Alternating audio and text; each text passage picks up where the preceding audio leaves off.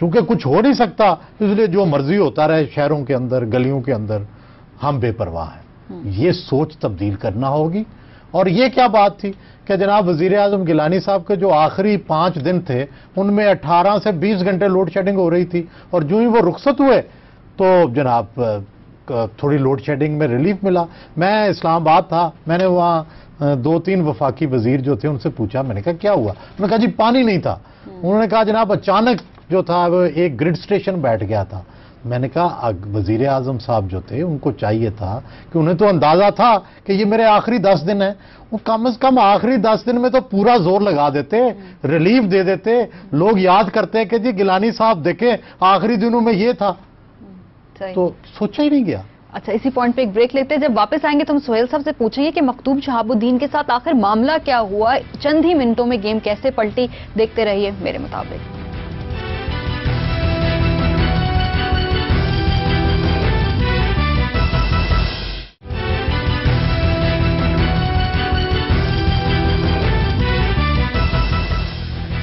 Welcome back to میرے مطابق. بات ہم کر رہے ہیں موجودہ سیاسی صورتحال کی اور یہ بھی جاننے کی کوشش کر رہے ہیں کہ کیا وزیر اعظم بدلنے سے کچھ حالات بدلیں گے یا نہیں. سہیل صاحب، اسی پروگرام پہ آپ بار بار کہتے رہے ہیں کہ ایوان صدر اور پی ایم ہاؤس کے درمیان دوریاں ہیں، وہ بہت سارے معاملات پہ ایک پیج پر نہیں ہیں، اور غالباً یہی اب اثر جو ہے یہ جو تاثر ہے یہ اسٹرانگ ہو گیا ہے.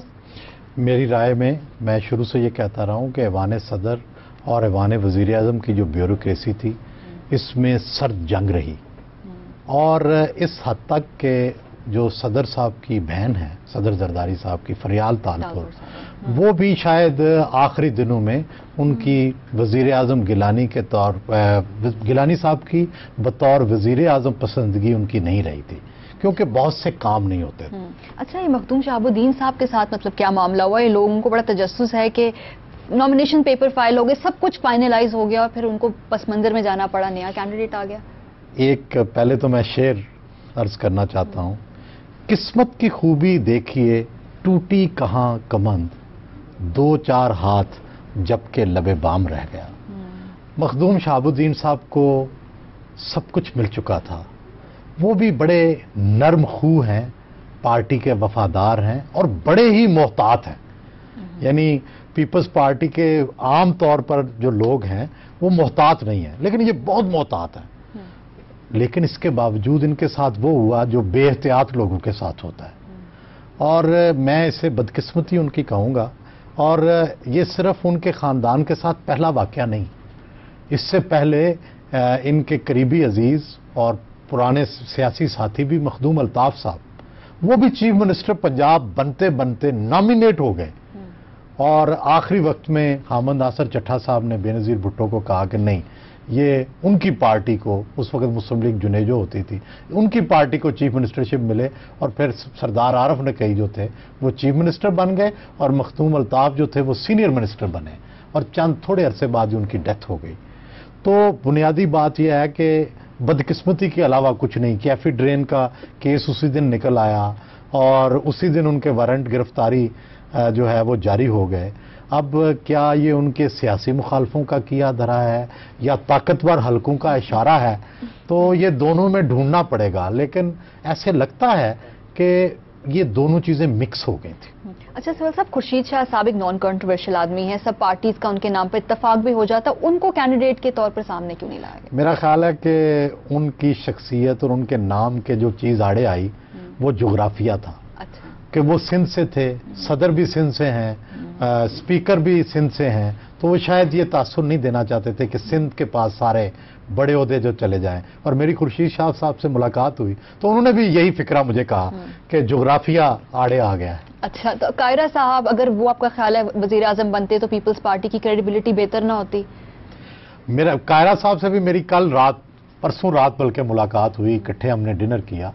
تو اس دن ان کی جو تھی ان کا بھی نام تھا اور راجہ پرویز اشرف کا بھی نام تھا. لیکن قاہرہ صاحب جو ہیں ریلیکس طبیعت کے مالک ہیں، ٹینس نہیں تھے وہ، جیسے عام طور پر اس طرح کی صورتحال میں بندہ ٹینس ہو جاتا ہے.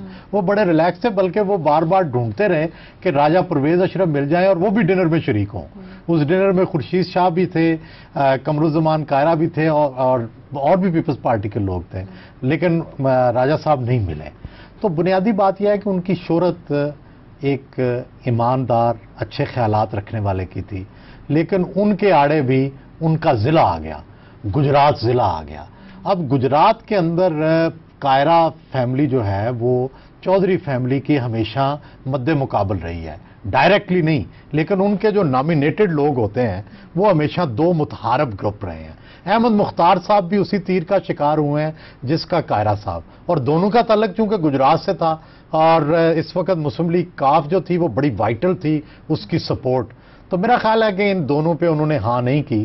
چودھری احمد مختار پہ تو انہوں نے بڑی واضح نہ کہہ دی تھی، اور کائرہ پہ بھی شاید انہوں نے اس طرح کی لائکنگ ظاہر نہیں کی جس طرح کے کسی اور امیدوار کی۔ اچھا سہیل صاحب، اتنی بڑی پارٹی پیپلز پارٹی، اس میں سے آپ کا خیال ہے راجہ پرویز اشرف کو ہی کیوں چنا گیا؟ وہ کس طرح بہتر ہے باقی کینڈیڈیٹ سے؟ کیونکہ عوام کو تو ان کے وعدے نہیں بھولتے۔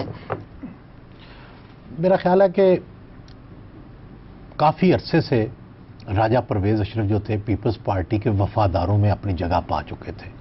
آپ یہ دیکھیں، یہ 88 میں پیپلز پارٹی میں شامل ہوئے، سندھ میں یہ پڑھتے رہے ہیں، سانگڑ میں پیدا ہوئے ہیں، سندھی زبان بھی جانتے ہیں، اور پھر اس کے بعد گریجولی آپ دیکھیں کہ 89 میں انہوں نے بائی الیکشن لڑا پہلا، اور صرف 100 ووٹ سے راجہ نادر پرویز جو کہ مسلم لیگ نون کے تھے ان سے یہ ہارے ہیں۔ پھر یہ جب پیپلز پارٹی کی سیکنڈ گورنمنٹ آئی ہے تو اس کے اندر یہ سوشل ایکشن پروگرام جو تھا اس کے اندر اس کے چیئرمین تھے، تو وہ بڑا امپورٹنٹ پروگرام تھا، سارے ڈیولپمنٹ فنڈ اس کے ذریعے ڈسٹریبیوٹ ہوتے تھے، تو اس زمانے میں یہ محترمہ ناہید خان صاحبہ کے بھی کافی قریب سمجھے جاتے تھے۔ بعد میں جب پیپلز پارٹی پارلیمنٹیرین بنی تو یہ مخدوم امین فہیم کا بھی رائٹ ہینڈ مین سمجھا جاتے تھے، لیکن جب ان دونوں کے پیپلز پارٹی سے تھوڑے سے جب بھی اختلاف ہوئے ہیں، راجہ پرویز اشرف نے اپنا وزن پارٹی کی سائڈ پہ رکھا ہے، ان کے اپنی پرانے تعلقات جو ہیں ان کو اہمیت نہیں دی، تو یہ زرداری صاحب شاید اس چیز کو کافی انہوں نے اہمیت دی ہوگی۔ پھر اور بھی دلچسپ بات یہ ہے، کائرہ صاحب اور راجہ پرویز اشرف ان کو اسی دور میں کیبنٹ سے نکالا گیا، لیکن یہ اگلے دن ہی پارٹی کی ڈیفنس میں یعنی کابینہ سے نکلنے کے باوجود یہ پیچھے نہیں ہٹے، تو شاید زرداری صاحب کے لیے پارٹی کے لیے یہ پازیٹیو چیزیں ہوں گی، لیکن پھر بھی یہ بات بار بار کہی جانی چاہیے کہ لوڈ شیڈنگ کے حوالے سے، گورننس کے حوالے سے، رینٹل پاور کے حوالے سے ان کا ریکارڈ انتہائی برا ہے، اور انہیں کسی بھی اور لیڈر سے زیادہ ضرورت ہے کہ یہ اپنا ریکارڈ ٹھیک کریں۔ اچھا، ابھی ہم ایک بریک لیں گے، بریک سے واپس آئیں گے تو سہیل صاحب سے پوچھیں گے کیا انہیں اب بھی کوئی امید کی کرن نظر آ رہی ہے یا نہیں؟ دیکھتے رہیں میرے مطابق۔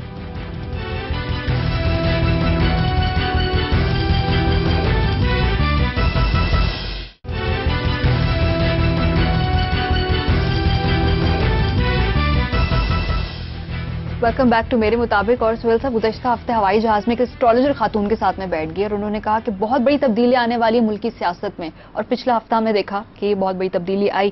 آپ کی بھی بڑی گفتگو رہتی ہے، گپ شپ رہتی ہے جو ستارہ شناسوں کے ساتھ، اور اکثر ہم ڈسکس کرتے ہیں سٹارز کا بھی، تو راجہ پرویز اشرف کا سٹار کیا ہے؟ ماریا جی، ویسے اب تو کسی اسٹرالوجر کی ضرورت نہیں تھی، یہ جو تبدیلی آئی ہے یہ تو اٹ واز ریٹن آن دا وال، ٹھیک ہے۔ تو یہ راجہ پرویز اشرف جو ہے یہ جدی ہیں، کیپریکارن ہے۔ اچھا، تو کیپریکارن جو ہے بڑے پرعزم ہوتے ہیں۔ آپ دیکھیں کوئی مثال، میں تقابل تو نہیں کر رہا، لیکن جو دو پاکستانی سیاست میں 3 بڑے نام آئے ہیں کیپریکارن، وہ آپ دیکھیں کہ قائد اعظم 25 دسمبر، پھر ذوالفقار علی بھٹو 5 جنوری، اور پھر نواز شریف، اور اب راجہ پرویز اشرف کا بھی وہی سٹار ہے کیپریکارن۔ تو اگر ان میں اور بھی کئی چیزیں کامن ہوں گی، لیکن ایک چیز اس سٹار کے بارے میں بڑی مشہور ہے کہ وہ یہ ہے کہ ڈٹ جاتے ہیں۔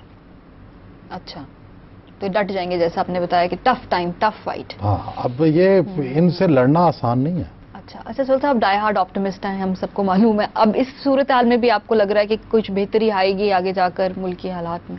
ماریا جی، ابھی تو بہتری آنی شروع ہوئی ہے، اچھا، الیکشن کی طرف جانا شروع ہوں گے۔ اس ملک میں اب امید جو ہے الیکشن سے ہے۔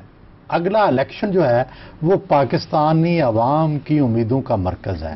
جتنی جلدی الیکشن ہو جائے اتنا پاکستان کے لیے بہتر ہے. جتنا ڈیلے کریں گے اتنی مایوسی بڑھے گی, اتنے مسائل بڑھیں گے, کیونکہ نئی حکومت آ کر ہی اب ان مسئلوں کے بارے میں نئے آئیڈیاز کے ساتھ, نئی طاقت کے ساتھ, نئی عوامی حمایت کے ساتھ حل کر سکے گی. یہی جمہوری دنیا میں ہوتا ہے کہ جب ایک بحران آتا ہے, جب حکومت کسی مسئلے کے اندر پھنس جاتی ہے, مسائل حل نہیں ہو رہے ہوتے, تو پھر اس کا حل صرف یہ ہوتا ہے کہ الیکشن کروایا جائے. پھر الیکشن کے بعد جو نئی حکومت ہے اس کے اوپر ذمہ داری پڑتی ہے. میرا یہ خیال ہے اور بڑی کنسیڈرڈ اوپینین ہے, میں بار بار کہہ رہا ہوں کہ اس سال سے پہلے خاتمے سے پہلے الیکشن ہونے چاہیے, اور تاکہ لوگوں کی امید جو ہے سسٹم کے ساتھ پیدا ہوئے. اچھا, ساری صورتحال میں نواز لیگ کی جو سیاست ہے اس کو بھی ہم دیکھ لیں کہ وہ مطلب بہت زیادہ اینٹی گورنمنٹ سینٹیمنٹ اپنے عروج پہ تھا اس وقت.